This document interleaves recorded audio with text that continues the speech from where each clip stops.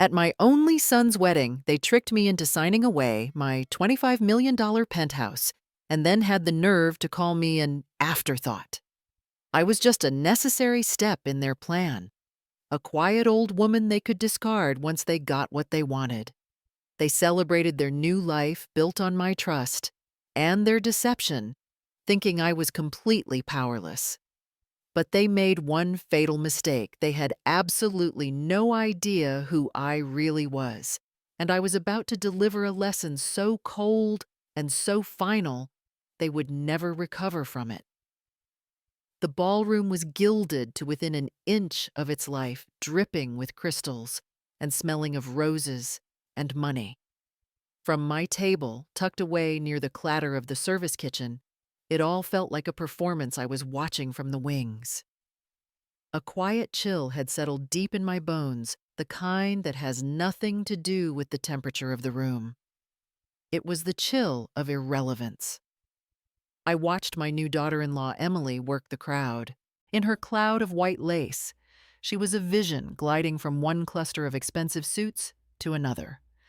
She'd offer a radiant smile to a Vanderbilt, a perfectly pitched laugh for a Rockefeller, but her eyes would slide right past me as if I were a particularly uninteresting part of the decor. It wasn't an accident. The dismissal was as polished and deliberate as the diamonds at her throat. Then I saw my son Christopher making his way toward me. My heart gave a hopeful little flutter that I immediately tried to suppress. But he was my son. Even with the tension I could see in his shoulders and the way his eyes kept darting around the room, never quite landing on me, I wanted to believe the best. He was carrying a handsome leather-bound folio, and when he reached my table, he didn't sit. He leaned in the noise of the reception swirling around us.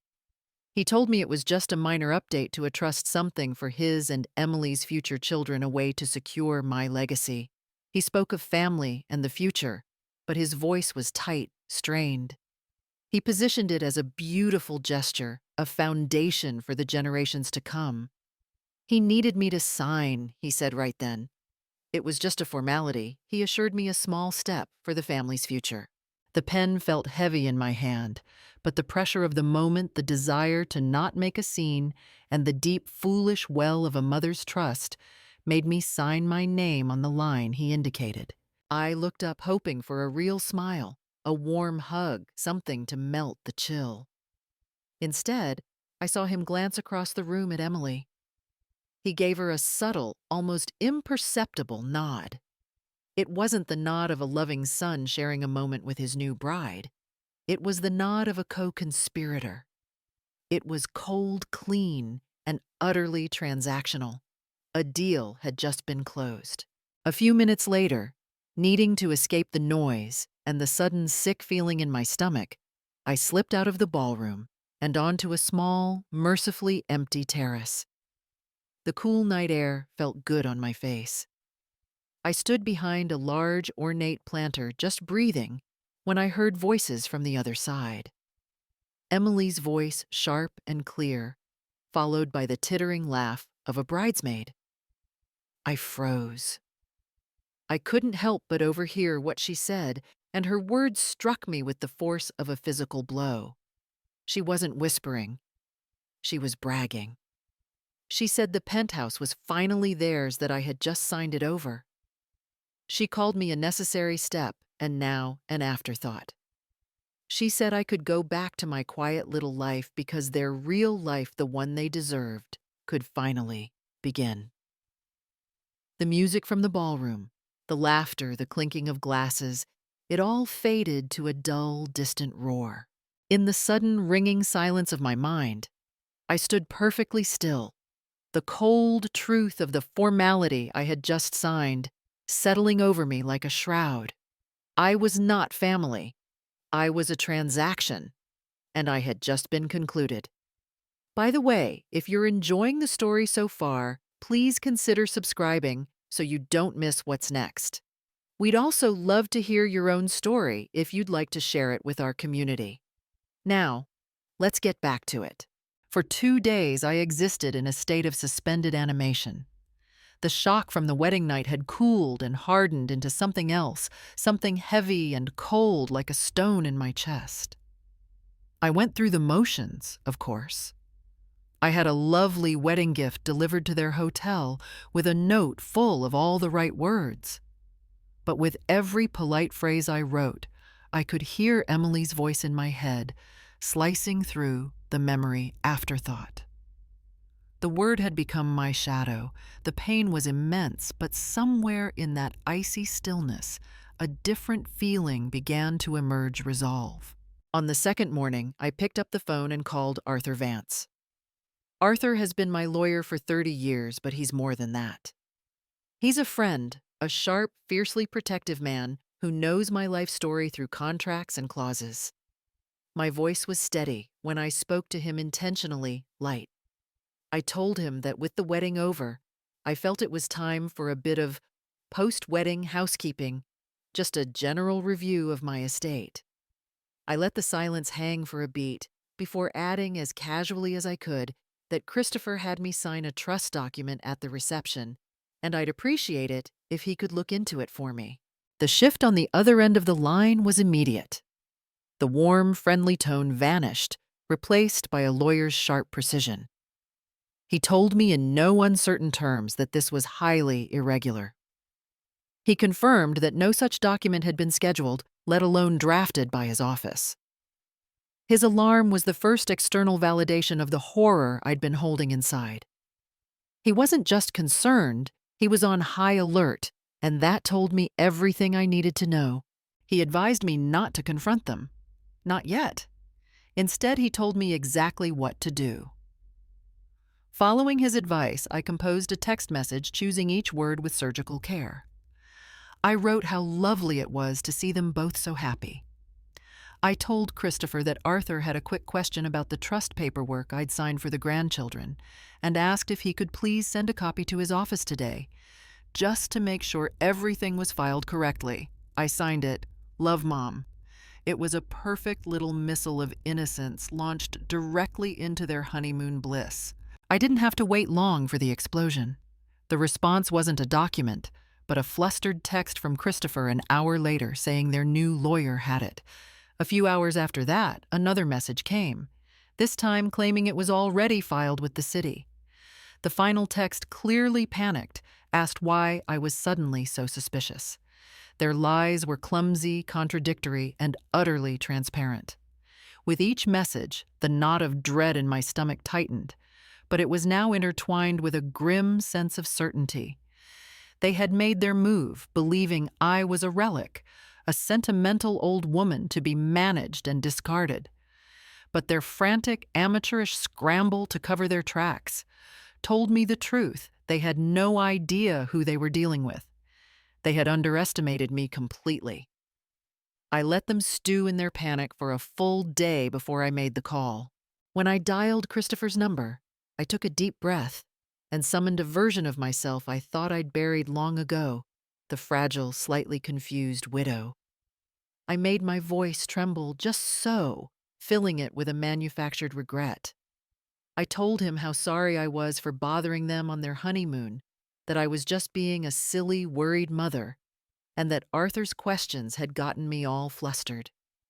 I apologized for the texts, for the suspicion, for everything. On the other end of the line, I could almost hear the tension leaving his body. His voice, when he finally spoke, was drenched in a patronizing relief. He assured me it was all okay, that he understood, and that I shouldn't worry my head about these things. He bought every word. The trap was set, and the bait had been taken. With their imaginary crisis averted, they became brazen. They cut their honeymoon short and moved into the penthouse with a theatrical flourish. And Emily, my dear daughter-in-law, began to document their triumph for the world to see. Her social media became a shrine to their new life, a curated feed of stolen moments. There were pictures of champagne flutes clinking against the backdrop of a skyline that I knew better than she ever would. There were posts with gushing captions thanking her wonderfully generous mother-in-law for making their dreams come true. She was painting a public masterpiece of my supposed generosity, while privately mocking me as an afterthought. She even announced an extravagant housewarming party, a coronation for their new reign. With every post, every tag, every boastful photo, they weren't just celebrating. They were building my case for me, broadcasting their ill-gotten gains with an arrogance that was breathtakingly stupid. While they were busy choosing canapés and curating playlists, I made a quiet move of my own. I took a car to a sleek, unassuming skyscraper on Park Avenue. The name on the building was Vantage Development Group. To my son, it was just a name on a portfolio, the firm that had built his new home. He had no idea what it really was. I walked through the lobby, and the quiet deference of the staff was a world away from the dismissive pity I had been shown at the wedding. I was no longer Helen the Quiet Widow. In this building, I was H.M. Worthington, the anonymous majority shareholder. I convened a private meeting with my board in a room that overlooked the city I had helped shape. I sat at the head of the table, not as a victim, but as a commander assessing her assets. They saw the cold resolve in my eyes and knew that a war was coming. Later that afternoon, Arthur called. His voice was grim, stripped of all pleasantries. He had the final confirmation. The document I signed wasn't a trust update. It was a quitclaim deed fraudulently presented to strip me of my property. The legal term for what my son had done was a cold, hard spike of certainty. Armed with this knowledge and the immense corporate power I had kept hidden for so long, I made one more call, this one to the head of my legal team at Vantage. My instructions were simple. I told them to prepare a response. It was not to be loud or angry. It was to be quiet, decisive, and absolutely inescapable. While Christopher and Emily were sending out invitations to celebrate their new life, I was quietly building the cage. The first move in a war is not always a loud one. My trap was silent digital, a single line of code in a banking system waiting. I didn't have to do anything but wait for their greed to trip the wire. The notice came from my legal team on a Tuesday afternoon, a simple, discreet email. A line of credit application had been made against the penthouse and was subsequently rejected due to a legal query placed by Vantage Development Group. They had tried to cash in their stolen prize. The cage had rattled. It didn't take long for the panicked animal to come running. That evening, my doorman announced that Christopher was in the lobby, insisting on coming up. When I opened the door, he looked like a man who had run all the way from Midtown. His hair was a mess, his tie was loosened, and his eyes were wide with a terror I'd never seen in him before. He stumbled into my apartment not with the arrogance of a thief, but with the frantic energy of someone who'd been caught. He demanded to know what I had done, why there were lawyers involved, and insisted I call them off immediately. He was babbling about misunderstandings and bank errors, a torrent of desperate, flimsy lies. I did nothing. I simply stood by the window looking out at the city lights and let him exhaust himself. I didn't raise my voice. I didn't accuse him. I didn't speak a single word. My silence was a wall. He couldn't break, a mirror reflecting his own panic back at him. It unnerved him more than any screaming match ever could. His tirade faltered, his demands turned into pleas, and his anger dissolved into a raw, pathetic fear. Just as his energy was spent, the buzzer rang again. It was Emily. She swept into the apartment like a hurricane ready to fight, but stopped dead when she saw the scene. She saw me calm and untouchable by the window, and she saw her husband, a deflated, pleading wreck in the middle of my living room. In that moment, she understood that their plan, their perfect, glittering future, was collapsing into dust. And then she broke. It wasn't a quiet crack. It was a detonation of fear and fury. All the polished composure, all the carefully constructed elegance, it all burned away, leaving behind something raw and ugly. She confessed everything.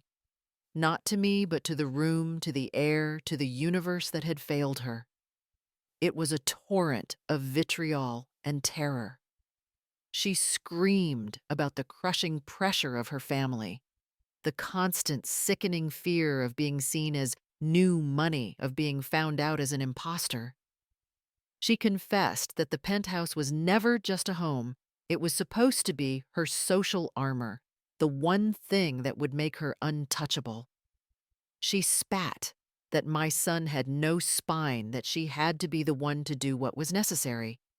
She had no idea, she shrieked, what it was like to be just one misstep away from being a complete nobody in this city. When her voice finally cracked and she was left gasping for breath, the confession hung in the air between us, acrid and absolute. They were stripped bare of all their pretense, their grand ambitions revealed as nothing more than the terrified scrabbling of children. I finally turned from the window and looked at them, not with the rage they expected, but with a profound, chilling pity. The fight had gone out of me, replaced by a calm finality. I told them I appreciated their honesty. Then I delivered the final quiet blow. I informed them that my office would be in touch to schedule a final meeting. I walked to the door and held it open, dismissing them from my home and from my life as I had known it. They left not in a storm of anger, but in a fog of stunned silence, powerless and terrified of what my office had in store for them. The power had shifted completely and irrevocably. The summons my office sent was not on a lawyer's personal letterhead. It was a formal, embossed invitation from the office of the CEO of Vantage Development Group, requesting their presence for a meeting regarding a property matter. I imagine they spent the days leading up to it, preparing for a fight, rehearsing arguments for a bitter legal battle with their mother in some stuffy law office. When they were escorted into the main boardroom on the 50th floor, I watched their carefully constructed confidence begin to crumble. The room itself was a weapon, a 30-foot slab of polished marble for a table with the whole of Manhattan sprawling out behind the floor-to-ceiling windows. This was not a place for family squabbles. This was a place where empires were managed. They saw me then, sitting at the far end of the table. I wasn't alone. I was flanked by my CEO and a team of the sharpest corporate lawyers in the city. My CEO, a man who commanded respect in every circle of this town, stood up as they approached. He didn't smile. He introduced me not as their mother, but with a cool formality that hung in the air like ice. He told them he'd like them to meet Ms. Worthington, the firm's majority shareholder. I watched the color drain from their faces. I saw the flicker of confusion in Christopher's eyes give way to a wave of dawning, sickening comprehension.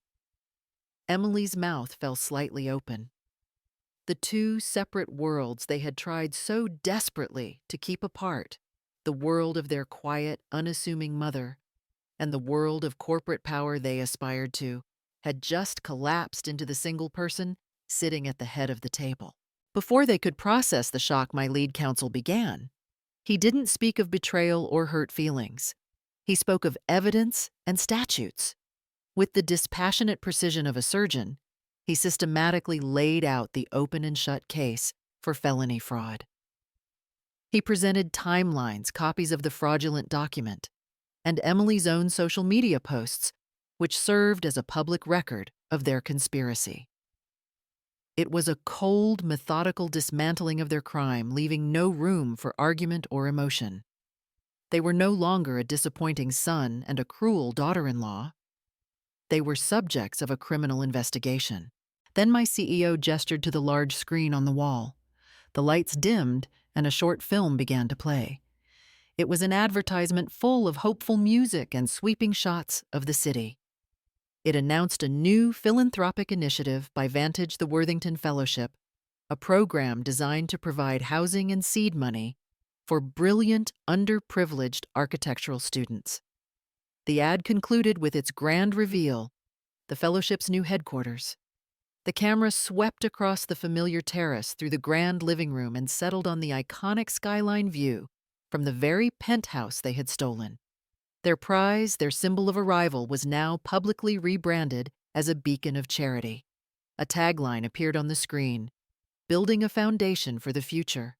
The video ended, and the silence in the room was absolute.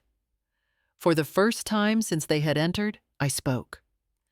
My voice was calm, even, and entirely devoid of the anger they had probably expected. I informed them that the deed had been voided on the grounds of fraud.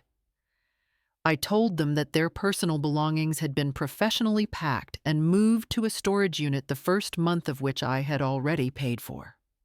I gave them 24 hours to return the keys. I looked directly at them, two small broken people at the far end of a very large table, and delivered the final sentence.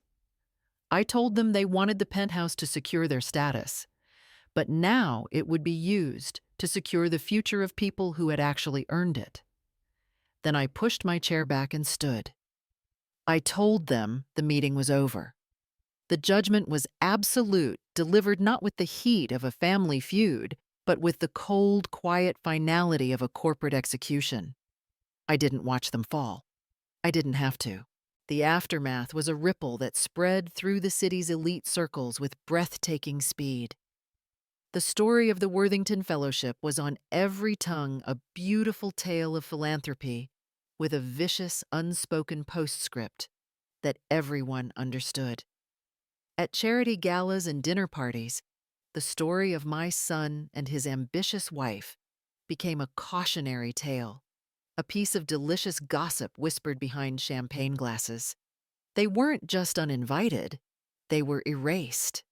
Their names became synonymous with a particular kind of spectacular, arrogant failure. They had craved status above all else, and in the end, their punishment was to have their status so utterly annihilated that they ceased to exist. I heard through a mutual acquaintance that Emily's family had cut them off, completely horrified, not by the cruelty of the act itself, but by the public humiliation of its failure. The couple who had once occupied a $25 million penthouse were seen moving into a small, anonymous rental in a part of the city they once would have sneered at. I never pressed the felony fraud charges. Arthur had the case prepared, but I told him to stand down. A prison sentence felt too simple, too clean. I wanted them to live with the consequences they had built for themselves. I pictured them in that small apartment, the silence between them thick with the poison of blame and resentment. Emily, I imagined, would be bitter. Her ambition curdled into a permanent rage. And Christopher. I thought of him as a ghost haunted not by what he had lost in wealth, but by the irretrievable loss of his mother's love and his own self-respect. While their world shrank, mine began to open up in ways I hadn't realized were possible. For the first time, I took a public role at Vantage, shedding the anonymity of H.M. Worthington. I found a surprising joy in it, especially in mentoring the young, brilliant students of the fellowship. I would meet with them in the penthouse, the very space that had been the site of my deepest wound, now transformed into a place of creation and hope. The air, once sterile and opulent, was now filled with the energy of blueprints being unrolled and dreams being sketched out. I felt energized, liberated from the quiet, confining role I had played for so long, no longer having to shrink myself to make my son feel comfortable. I reconnected with old friends, and the relationships were different now, easier. They were built on a shared respect for the woman I was not the mother I was supposed to be. Months later, I was standing on the penthouse balcony. The sun was setting, casting a warm, golden light over the city. Inside, the quiet hum of the fellowship students working filled the space with a gentle purpose. My assistant brought me the afternoon mail, and in it was a single handwritten envelope. I recognized Christopher's script immediately. The letter wasn't long. There were no excuses, no justifications. It was just a few simple, broken sentences, a desperate plea for forgiveness from a son I no longer knew. I read it, and a flicker of a familiar sadness touched my heart, a quiet mourning for the boy he once was. But the feeling was distant, an echo from a life that was no longer mine. I folded the letter and placed it on the small table beside me, leaving it unanswered.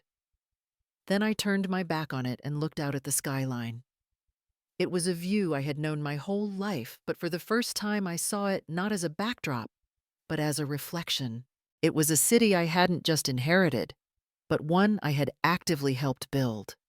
And in that moment at peace, I smiled. The legacy was finally and truly my own. In the end, the story of the penthouse wasn't just about wealth or revenge. It was a lesson in perception. Christopher and Emily saw a role they wanted Helen to play, the quiet, fading matriarch, a simple signature on the path to their ambitions. They never bothered to look at the woman herself. They learned in the cold silence of that boardroom that the greatest power is often the one held in reserve, and the deepest respect is owed to those who don't demand it. They tried to make her an afterthought, only to discover she was the architect of their world, and she could unwrite their existence with the same quiet authority she had always possessed.